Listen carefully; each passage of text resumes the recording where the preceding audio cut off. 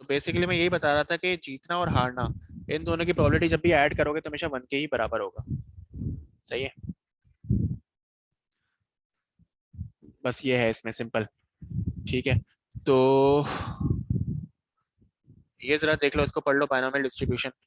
इसकी कुछ प्रॉपर्टीज हैं, इनका बड़ा ध्यान रखना है, क्योंकि आपसे सवाल पूछा जाएगा कि किस सिनेरियो में ये बायनोमियल डिस्ट्रीब्यूशन काम आएगी और किस में नहीं काम आएगी। तो कब कब हमें अप्लाई करनी है हमारे रियल लाइफ में, कब हमें बायनोमियल डिस्ट्रीब्यूशन का फॉर्मूला अप्लाई करना है और कब नहीं करना, वो है। वो कब कब अप्लाई करना है, ये कुछ पॉइंट्स हैं, इसको देख लो। A single trial has exactly two possible outcome, success और फेलियर, यानी हेड और टेल्स, डाइस की तरह ना हो कि 6 पॉसिबिलिटीज हो। And these are mutually exclusive, यानी ऐसा ना हो कि दोनों एक साथ आते हैं, एक वक्त में एक ही आए। तो ये पहली शर्त होती है बायनोमियल डिस्ट्रीब्यूशन को अप्लाई करने की।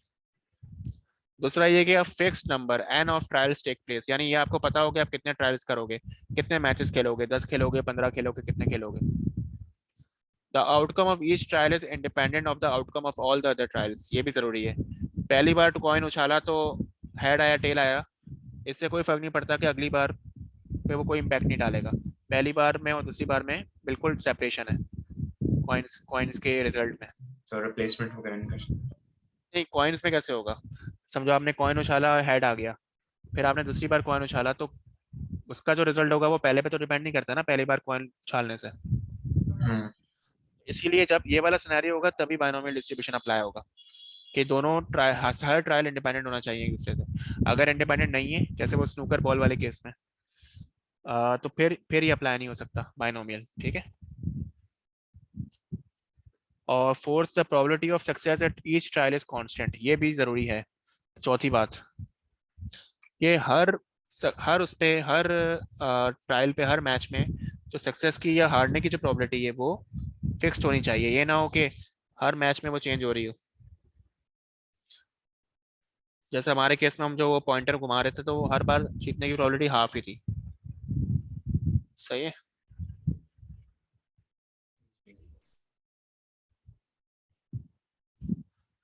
अच्छा जी, कोई सवाल किसी का इसमें? इसको अच्छी तरह देख लो, और ये भी देख लो कि ये जनरलाइज्ड फॉर्म इस तरह लिखी जाती है, जो मैं पहले ही बता चुका हूँ। और एग्जाम में जब क्वेश्चन आएगा तो वो इस तरीके का आएगा कि एक्स लिखा हुआ होगा यानी रैंडम वेरिएबल, बी का मतलब बायनोमियल, एन मतलब total number of matches you will play, P का मतलब सक्सेस प्रोबेबिलिटी, और क्यू निकालना होगा यानी हारने की प्रोबेबिलिटी, तो 1 से माइनस कर दो।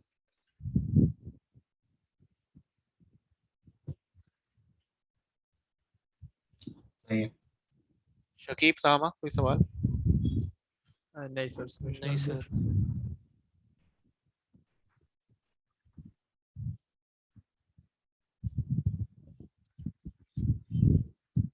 मिसाल के तौर पे,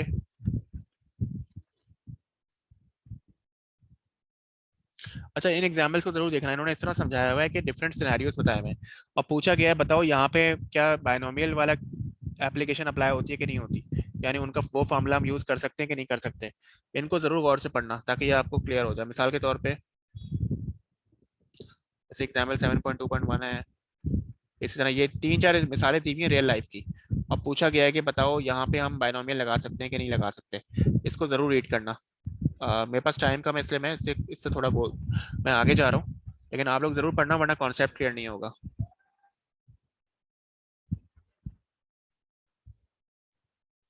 अच्छा ये, एक सेकंड,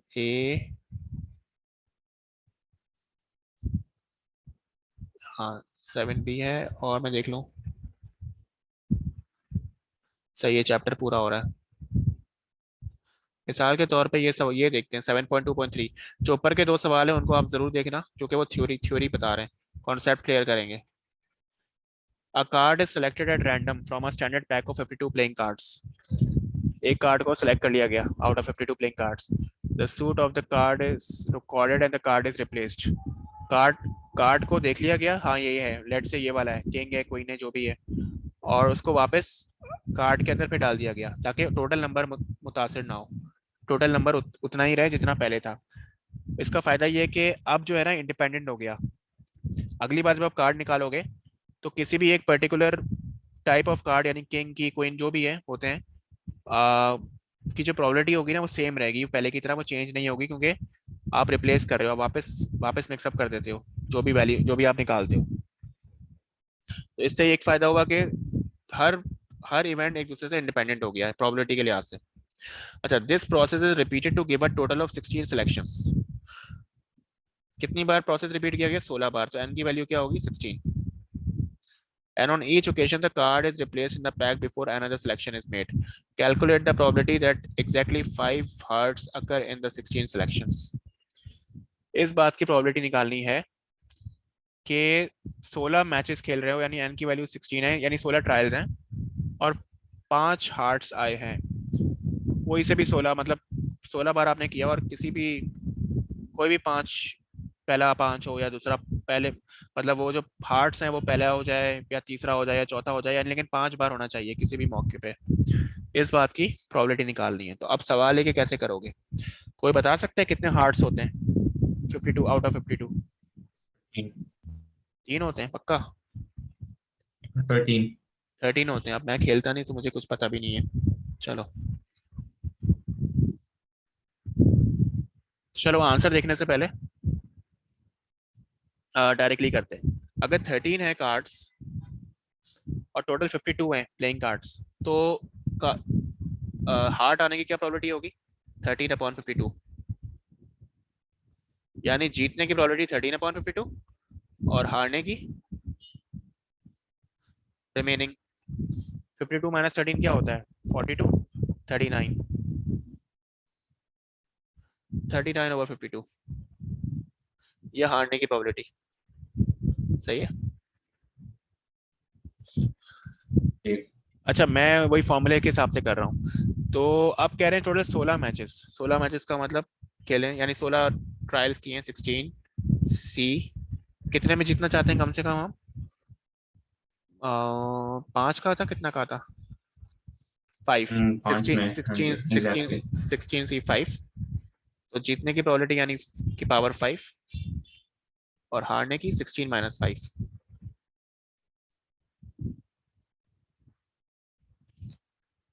हाँ, अब बताओ क्या आंसर आएगा?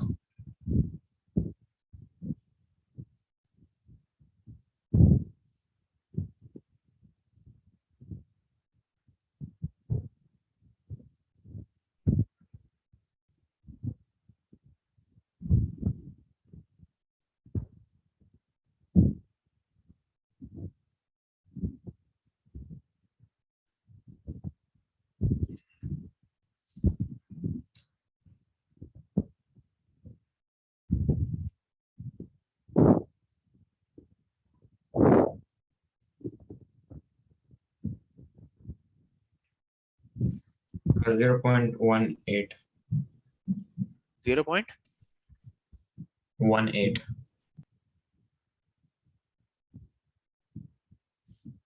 ये रहा 0.18। ठीक है। जी। इसमें कोई सवाल किसी का, कोई क्लियरिटी चाहिए हो? शकीब? नहीं सर। ठीक है। अच्छा, दूसरा दूसरा क्या था? At least 3 heart sucker. ये एटलीस्ट 3 हार्ट का क्या मतलब होता है? कम से कम 3। कम से कम हाँ 3 तो का 3 एंड अबव। 3 है ना? अब क्वारी है ना पहले। अब जैसे ऊपर हमने 5 का किया था, 5 आउट ऑफ 16, यानी 5 16 सी तो 5 3 का किया। निकाल के 1 से माइनस कर दे। हाँ, तो ये क्लेवर काम करना होगा एग्जाम के दौरान। ये ना हो कि 3 को छोड़ के बाकियों को ऐड करने बैठ गए, तो वो तो कितने बनते हैं? 16 - 3 13 बनते हैं। 13 बार आपने अलग अलग निकालने पड़ेंगे सबके। ए में तो सिर्फ एक का निकाला था, तो इसलिए बेहतर ये कि 3 का निकाल लो। 3 मतलब ये कि 3 और 3 से above का मतलब है 0 या 1 या 2। यानी 0 बार सक्सेस हो या 1 बार सक्सेस हो या 2 बार सक्सेस हो। सिंपली इन तीनों को ऐड अप करो। इन्होंने माइनस किया हुआ है, लेकिन जब आप इस तरह करोगे ना, ऐसे ब्रैकेट डाल के, तो ये बाहर वाला जो माइनस है ये अंदर वाले माइनस को प्लस का बना देगा। माइनस माइनस प्लस होता है। तो बेसिकली इन तीनों को आपने ऐड अप करना होगा, और जब ऐड अप हो जाए तो बाहर वाले से 1 से माइनस कर देना। तो ये आ जाएगा 0.802। 3 सिग्निफिकेंट फिगर्स में लिखना होगा, यानी 0.803, ये आखिरी वाला थर्ड सिग्निफिकेंट फिगर वो बढ़ जाएगा 8 की वजह से। ठीक है, क्लियर है? जी। तो ये चैप्टर कंप्लीट हो गया। आप लोग भी, सामो शकीब जैसे देखो, इब्राहिम भी मुझे भेज रहा है ना, तो आप लोग भी जो है वो मतलब सवाल ज़रूर करो। इसको बिल्कुल एंड तक ना लेके जाओ, क्योंकि अब सिर्फ 1 महीना ही रह गया है, 1 महीने से थोड़ा ज़्यादा। स्टैट्स की मैं भूल गया, क्या किसी ने बताई थी मुझे डेट क्या थी? किस दिन एग्जाम है S1 का?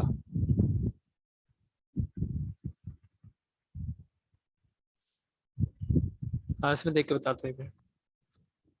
चलो मुझे बाद में ग्रुप में शेयर कर देना, सही है। इसको देखते हैं, expectation and variance of a random variable. यही 11th मई को है। 11th में, सही है। Expectation and variance of a random variable, ये देख लो। ये वो चीज़ है जो अभी हम वो पूछ रहा था ना कि इब्राहिम के, वो हमने नहीं किया, तो वो पार्शली अब यहाँ पे आ रही है। A computer is programmed to produce a sequence of integers x from 0 to 3 inclusive। inclusive मतलब कि 0 और 3 दोनों शामिल है। with probabilities as shown। एक कंप्यूटर है, उसका प्रोग्रामिंग की हुई है, और प्रोग्रामिंग बेसिकली ये है कि 4 डिजिट्स आ सकते हैं, 0 1 2 3, और हर किसी की प्रोबेबिलिटी बताई हुई है। Suppose that a sequence of 100 integers is produced by the computer. ये सपोज करो कि 100 बार हमने कंप्यूटर के साथ खेलना है और उससे ट्रायल लेना है कि क्या क्या वो नंबर देता है। 0 और 3 में से कोई एक देगा, 0 1 2 3 में से। What would you expect the mean of this 100 values to be. यानी अब वो कंप्यूटर देता जा रहा है, लेट से पहले बार 1 देता है, फिर कभी 2 देता है, कभी 0 देता है, डिपेंडिंग कि किसकी क्या प्रोबेबिलिटी है। जब हमने 100 बार ये इटरेशंस कर ली कि 100 बार डिफरेंट डिफरेंट डिजिट्स कंप्यूटर ने दिए, तो क्या ख्याल है कितना उन सबको अगर हम ऐड करें और डिवाइड कर दें 100 से, तो क्या इम्कान है, कितना मीन होना चाहिए? सही है, इसको जरा सोचो, कितना मीन होना चाहिए? यानी उसकी मीन वैल्यू मतलब कि टोटल को सम करो और एवरेज निकालो, तो एवरेज क्या होना चाहिए? तो ये हम कैसे तो क्या करेंगे करे क्वेश्चन? कि अगर वो 100 बार वो कंप्यूटर डिजिट्स देता है आउटपुट में, कभी 0 देता है, कभी 1 देता है, कभी 2 देता है, और हम 100 बार कंप्यूटर से आउटपुट लेते हैं, तो अब जब आउटपुट ले लिए, 100 आउटपुट्स आ गए, कभी 1 आ रहे हैं, कभी 2 आ रहे हैं, कभी 0 आ रहे हैं, हमने उनको एडअप किया, एडअप करके हम उसका एवरेज लेना चाहते हैं, तो कैसे करेंगे एवरेज? सबको ऐड करो, divide by 100, total number of, total जितने डिजिट्स है उससे डिवाइड कर दो, तो सबके सम का वो आ जाएगा ना, एवरेज आ जाएगा। तो ये एवरेज आ जाएगा। लेकिन अभी हमने कुछ किया तो नहीं है, ये एवरेज तो हम उस वक्त निकालेंगे ना, ये एवरेज तो हम उस वक्त निकालेंगे जब हमारे पास रिजल्ट आ जाएगा, वो 100 आउटपुट आ जाएंगे, फिर हम एवरेज निकालेंगे। अभी तो हमने ऐसा कुछ नहीं किया कंप्यूटर में, कंप्यूटर के साथ ना हमने आउटपुट निकाला है, अभी तो बस हम प्रोबेबिलिटी को देख रहे हैं। तो इस केस में जो हमारा एवरेज होगा ना, वो हमारा हम कहलाए, वो हम एक्सपेक्टेशन कहलाएगा, कि हम क्या एक्सपेक्ट कर रहे हैं कि हमारी क्या एवरेज होनी चाहिए। अभी हमें नहीं पता कि वो होगा क्या, पहले से एक्सपेक्टेशन कर रहे हैं कि कितना एवरेज निकलना चाहिए। ठीक है, तो बेसिकली उसका तरीका क्या है पहले से एक्सपेक्टेशन निकालने का? सिंपली उसका तरीका ये है कि मिसाल के तौर पे टोटल 100 टाइम्स आउटपुट लेना है कंप्यूटर का, ये मेरा कर्सर, और और 0 के आने की जो प्रोबेबिलिटी है वो है 0.4। तो टोटल फ्रिक्वेंसी यानी 100 जो आप टोटल पर आउटपुट लोगे, उसको मल्टीप्लाई कर दो 0 की प्रोबेबिलिटी से जो कि है 0.4, तो क्या बन जाएगा? ये हो जाएगा 40। इसका मतलब हम एक्सपेक्ट ये कर रहे हैं कि 0 जो होगा ना 40 टाइम्स आएगा हमारे आउटपुट में, ये हमारी एक्सपेक्टेशन है। 1 कितनी बार आएगा? 1। टोटल फ्रिक्वेंसी अगेन 100 बार हमने किया आउटपुट, 1 की प्रोबेबिलिटी है 0.3, तो 100 मल्टीप्लाई बाय 0.3, तो क्या बन गया? 30। सही है, तो मतलब ये कि हर नंबर का जो टोटल एक्सपेक्टेशन है कि कितनी बार वो नंबर आएगा, सिंपली आप टोटल आउटपुट को मल्टीप्लाई कर दो उस पर्टिकुलर नंबर की प्रोबेबिलिटी से। 2 की जैसे 0.2 है तो 100 इंटू 0.2 यानी 20। 2 जो होगा वो 20 बार आएगा, एक्सपेक्टेशन है, और जो 3 है वो 10 बार आएगा। इन सबको एडअप करोगे ना, मसलन 0 40 बार, 130 टाइम्स, 2 20 टाइम्स, और 3 10 टाइम्स, इन सबको ऐडअप करोगे तो ये वही 100 बनने चाहिए टोटल आउटपुट के बराबर। अगर 100 नहीं है, इसका मतलब आपने कोई गड़बड़ कर दी। सही है। अब इसका अगर हम मीन निकालना चाहें, एक्सपेक्टेशन तो हमने निकाल ली कि 0 40 बार आएगा और बाकी चीजें इतनी बार आएंगी। अब अगर हमें मीन निकालना है, कैसे निकालते हैं मीन? ऑफ कोर्स 0 40 बार आया तो 0 इंटू 40, 130 टाइम्स की एक्सपेक्टेशन है तो 1 इंटू 30, 2 20 बार आए। दो तरीके हैं ना, या तो आप 2 को 20 टाइम्स ऐड अप करो, 2 प्लस 2 प्लस 2 प्लस 2, वो मुश्किल काम है, या फिर आप 2 को 20 से मल्टीप्लाई कर दो, यानी 2 जो है वो 20 बार आ रहा है, 3 10 बार आ रहा है, तो सबको इसको मल्टीप्लाई कर दो, सबको ऐड अप करो, ठीक है। और फाइनली टोटल जितने आपने आउटपुट्स लिए, यानी टोटल आपने जितनी बार कंप्यूटर के साथ ट्रायल किया वो भी 100 था और ये भी 100 है, 100 डिवाइड बाई 100 तो 1 आ गया। तो पता ये चला कि जो आपका मीन वैल्यू बनेगी ना, वो आपकी पहले से जो आप एक्सपेक्ट कर रहे हो वो है 1, मीन वैल्यू 1 है। यहाँ पे 1 आ गई है इत्तेफाकी तौर पे, लेकिन ज़रूरी नहीं है, कभी वैल्यू चेंज भी होती रहती है, आगे के सवालों में हम देखेंगे। सही है। तो बेसिकली हमने किया क्या है, बेसिकली अगर हम इसको सम अप करूँ ना, इतनी मुश्किल काम को, जब भी आपसे कोई कहे कि मीन निकालो या एक्सपेक्टेशन निकालो पहले से, तो असल में आप वो आपसे ये पूछ रहे हैं, वो आपसे इस चीज को मांग रहे हैं कि हर डिजिट हर डिजिट को कि जितनी बार वो डिजिट आना है, मिसाल के तौर पे, मतलब हर डिजिट को, जैसे 0, ये 0 है, सही है, उसको मल्टीप्लाई कर दो उसकी प्रोबेबिलिटी से, यानी किसकी प्रोबेबिलिटी से, कि 0 की प्रोबेबिलिटी क्या थी, 0.4 थी, 1 की प्रोबेबिलिटी क्या थी, 0.3 थी, वगैरह वगैरह। इन सब की हर नंबर को उसकी प्रोबेबिलिटी से मल्टीप्लाई करो और आखिर में ऐड अप कर दो, तो आपको जो मिलेगा वो एक्सपेक्टेड वैल्यू या मीन वैल्यू मिल जाएगी, जो कि इस केस में 1 है बेसिकली, ठीक है। तो ये कहलाता है थ्योरेटिकल मीन। थ्योरेटिकल क्यों कह रहे हैं? क्योंकि अभी हमने कुछ प्रैक्टिकल किया नहीं है, अभी हमने कंप्यूटर का इस्तेमाल नहीं किया, हमने पहले से आइडिया लगाया, इसलिए इसको कहते हैं थ्योरेटिकल मीन। और इसका जो सिंबल होता है वो ये होता है म्यू, म्यू होता है, म्यू से लिखते हैं, यानी मीन के लिए। अच्छा, अगर प्रैक्टिकल कर लिया, मसलन 100 बार आउटपुट ले लिया और फिर आप मीन निकाल रहे हो, तो उसके लिए जो सिंबल यूज होता है वो कौन सा होता है? वो ये होता है, ये the mean of a data set. Data set मतलब कि जो आपके पास, अब कंप्यूटर को इस्तेमाल करके जो वाकई में वैल्यूज आई, उसको अब आपने खुद से मीन निकाला ओरिजिनल वैल्यू के साथ, और फिर देखा, यानी सबको ऐड अप किया और डिवाइड बाय 100 कर दिया, तो वो जो वैल्यू थी वो आप कहलाएगी एक्स बार, यानी वो आपकी रियलिटी पे बेस करती है, और पहले से जो आपने आइडिया लगाया है या मैथमेटिकली वो म्यू, उसको आप म्यू कहोगे, ठीक है। यहाँ पे किसी का कोई सवाल? नहीं। सही है। नहीं सर। तो इसीलिए देखो क्या लिखा हुआ है, इन प्रैक्टिस इट इज, क्योंकि ये म्यू क्या है, ये हमारी एक पहले से आइडिया लगाने वाली चीज है, तो in practice it is helpful to think of mu as the mean you would expect for a very very long sequence. For this reason mu is often called the expectation or expected value, यानी theoretical mean को expectation कह रहे हैं, जो आपने काम करने से पहले आइडिया लगाया, और इसको डिनोट करते हैं हम एक्सपेक्टेशन ऑफ वेरिएबल एक्स की, कैपिटल ई ऑफ एक्स। अब बेसिकली इसका वही फॉर्मूला है जो अभी मैंने ऊपर बताया था, हर नंबर को उसकी प्रोबेबिलिटी से मल्टीप्लाई करो और टोटल सबको ऐड अप कर दो, तो ये एक्सपेक्टेशन आ जाएगी। मिसाल के तौर पे अगर इसकी निकालनी हो, इस डिस्ट्रीब्यूशन टेबल की एक्सपेक्टेशन निकालनी हो, यानी मीन वैल्यू है आईडी वो वाली एक्सपेक्टेड मीन वैल्यू, तो क्या करोगे, हर किसी को उसकी प्रोबेबिलिटी से मल्टीप्लाई कर दो, 1 इंटू 1/6, 2 इंटू 1/6, 3 इंटू 1/6, सबको मल्टीप्लाई करो, ऐड अप कर दो, ये एक्सपेक्टेशन आ जाएगी, ये रख किया हुआ है में 3.5 हो जाएगा।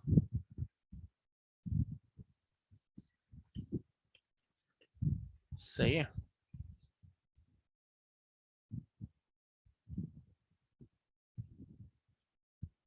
सही है। अच्छा, एक चीज नोट करो, फ्रीक्वेंसी को प्रोबेबिलिटी से मल्टीप्लाई करना है।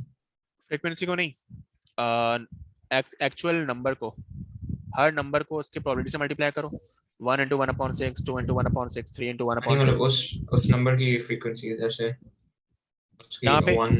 अच्छा नहीं। यहाँ पे हमें फ्रीक्वेंसी नहीं बताई भी कि हमें कितनी बार वो हमें खेलना है गेम, कि लेट से डाइस, ये डाइस के लिए लेट से टोटल 1 to 6 डाइस है ना, डाइस में होती है पॉसिबिलिटीज 1 to 6, और हर किसी की फेयर डाइस तो बराबर है। अब हमें ये नहीं बताया कि हम मिसाल के तौर पे 100 बार डाइस रोल करें या 300 बार करें, कितनी बार करें, लेकिन जितनी बार भी करें, समझो हमने बहुत लंबे टाइम के लिए किया है डाइस को रोल, तो जब हम तमाम डाइस की वैल्यूज को आखिर में ऐड अप करें और उसका एवरेज निकालें, तो हमारी एक्सपेक्टेशन ये है कि एवरेज इसका अराउंड ये 3.5 बनेगा। सही। सही है। हो सकता है शुरू में आपने 2 बार किया, समझो पहली बार 6 आ गया और दूसरी बार भी 6 आ गया, तो क्या एवरेज बनेगा? 6 + 6 12 होता है, डिवाइड बाई 2, तो ये एवरेज बन गया 6।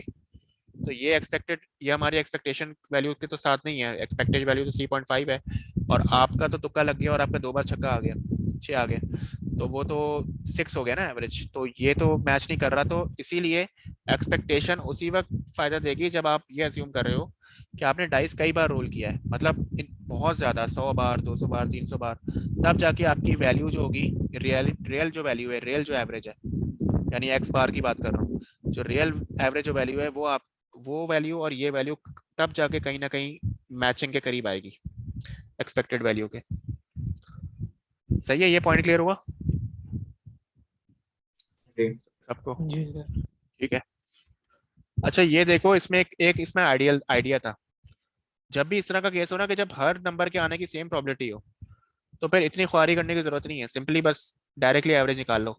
1 + 6, टोटल क्या है, स्टार्ट 1 है एंड 6 है, 1 + 6 डिवाइड बाई 2, तब भी 3.5 आ जाएगा, क्योंकि ये जो डिस्ट्रीब्यूशन है ये यूनिफॉर्म, इसको यूनिफॉर्म डिस्ट्रीब्यूशन भी कहते हैं, यानी हर किसी की सेम प्रोबेबिलिटी है, या सिमेट्रिकल भी कहते हैं कि हर किसी की एक है। ये कौन सा गेम था आपको याद होगा, पिछली क्लास हमने पढ़ा था, एक बार डाइस रोल करने वाला गेम था। सही है। फिर दूसरी बार डाइस रोल करने वाला दूसरा गेम क्या था कि आपने एक बार डाइस रोल किया, अगर 6 आया तो फिर से मौका मिलेगा, वरना नहीं मिलेगा। उसमें याद होगा कल हमने देखा था प्रोबेबिलिटी 7 8 9 10 11 12 की अलग थी, 6 तो था ही नहीं और 0 भी नहीं था, और बाकी ये 1 to 5 की अलग थी। अब अगर कोई इसकी एक्सपेक्टेशन पूछे तो क्या करोगे? अगेन अब की बार आप लोग वो नहीं कर सकते जो शॉर्टकट ऊपर मारा है, अब की बार फॉर्मूला अप्लाई करना पड़ेगा, जैसे इन्होंने किया है। हर नंबर को उसकी प्रोबेबिलिटी से मल्टीप्लाई करते जाओ, 7 को 1/36 से, 8 को 1/36 से, और फाइनली एड अप कर लो। ये किया हुआ इन्होंने, 8 को 1/36, 9 को 1/36, इस तरह करते जाओ, फाइनली सबको मल्टीप्लाई करने के बाद ऐड अप कर लो, तो ये आ रही है एक्सपेक्टेशन, वो क्या आ रही है, 4 होल 1/12। सही है। जी। अच्छा अगर कोई इसका कोई सवाल करे, इसका फायदा क्या है ये निकालने का, एक्सपेक्टेशन निकालने का? समझो आप डाइस रोल करते हो और जो स्कोर आता है ना, जो भी स्कोर आता है, कोई आपको कहता है, आपका कोई लेट से कोई है, एक दोस्त है, वो कहता है जो आपका नंबर आएगा ना मैं उतने पैसे दे दूंगा आपको, जो लाइक जो डाइस पे आंसर आएगा उतने आपको पैसे मिल जाएंगे, और आप ये जानना चाहते हो कि समझो पहली बार 6 आया तो 6 रुपए मिल गया, दूसरी बार 5 आ गया तो 5 मिल गया, 4 3 2, इस तरह करते गए। तो अगर अगर आपको ये निकालना हो कि ऑन एवरेज हर डाइस को रोल करने के बाद आपको कितने पैसे मिले ऑन एवरेज, तो वो बेसिकली ये है 4 होल 1/12। हो सकता है सब में बराबर ना मिले हों, 6 आया होगा तो 6 मिले होंगे, 4 आया होगा किसी मौके पे तो 4 मिले होंगे, लेकिन ऑन एवरेज ये 4 होल 1/12। सही है। और पार्ट सी में, वो भी पार्ट सी क्या था, कल गेम हमने किया था जिसमें हमने देखा था कि उसमें दोनों डाइस एक साथ रोल कर रहे थे, इसलिए उसमें ना 1 था, उसमें 1 का केस नहीं था, क्योंकि 1 पॉसिबल नहीं है, जब कम से कम भी 1 + 1 2 होता है। तो इस केस में जो अगर आप निकालते हो एक्सपेक्टेशन, हर किसी को उससे मल्टीप्लाई करते हो और एंड में एडअप करते हो, तो ये बनता है 7, एक्सपेक्टेशन 7 बनती है।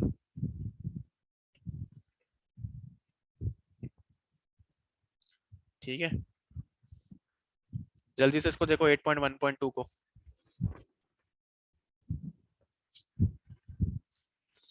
8.1.2 को देखो।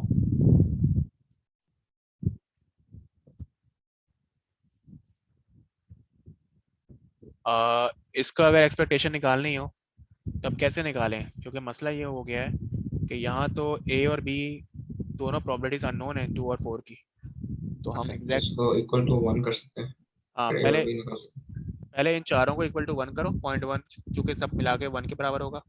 0.1 plus a plus 0.3 plus b equal to 1, ये साइमल्टेनियस इक्वेशन की एक इक्वेशन बन जाएगी। और फिर दूसरे केस में आपने क्या करना होगा, तमाम को एक्सपेक्टेशन निकालनी हो, पहले से बता दिए 3 है, तो यानी 1 × 0.1 plus 2 × a plus 3 × 0.3 plus 4 × b, सबको इस तरह मल्टीप्लाई करके एडअप करो 3 के बराबर रखो, तो ये एक और साइमल्टेनियस इक्वेशन आ जाएगी। फाइनली इन दोनों को सॉल्व कर लेना,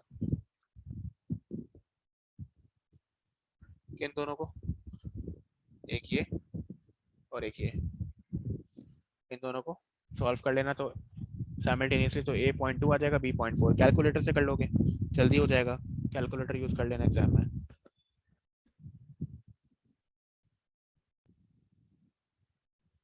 ठीक है, हैं। एक सेकंड में देख लूँ कितना रह गया है।